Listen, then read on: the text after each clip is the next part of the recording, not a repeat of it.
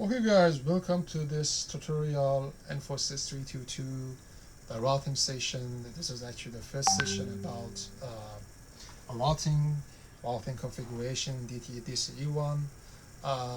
And for the DTE-DCE, actually you see that DCE stands for Data Circuit Terminating and DTE for Data Terminal Equipment. It means that for each serial connection among the routers, we have actually DCE side and DTE side. And DCE one is important because in the DCE side we need to add another configuration which is specifying the speed of packets.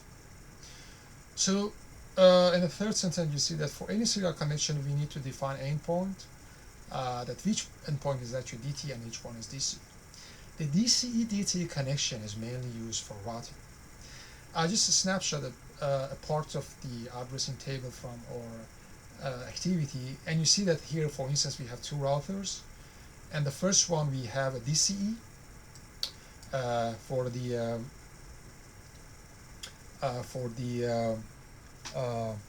serial 30 port, and then for Spark router I have again a serial 20 and serial 30, both DCE.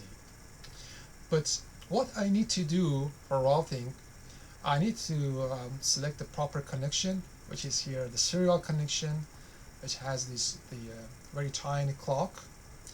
And then for connecting any link, I need to start from the DCE part and then connect the other part, which is the DTE. Okay, the commands for this configuration, I need to, for instance, if you consider here this line of the Spark router, you see that we here have SE20 as a DCE, but this IP address and the net mask. So the first thing to do is just entering the interface by typing int serial 20. You see that the mode is changed from config to config if.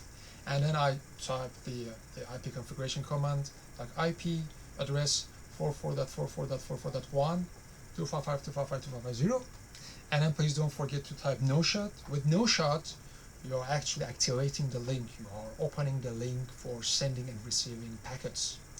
With typing no shot, your link is still closed. The last thing to do is the clock rates. We have many speeds for clock rates, but the default speed is 64,000. So the specific command for specifying a speed is typing clock rate and then 64,000. If I go to the activity, you see here that for this address table I need to have 3 routers. So I just select this specific PT router.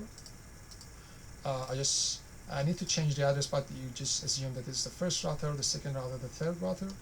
And for instance, for the DCE one, for this line, I just need to select the proper connection, which is this connection, the serial connection with the clock. And I just need to select the serial 830.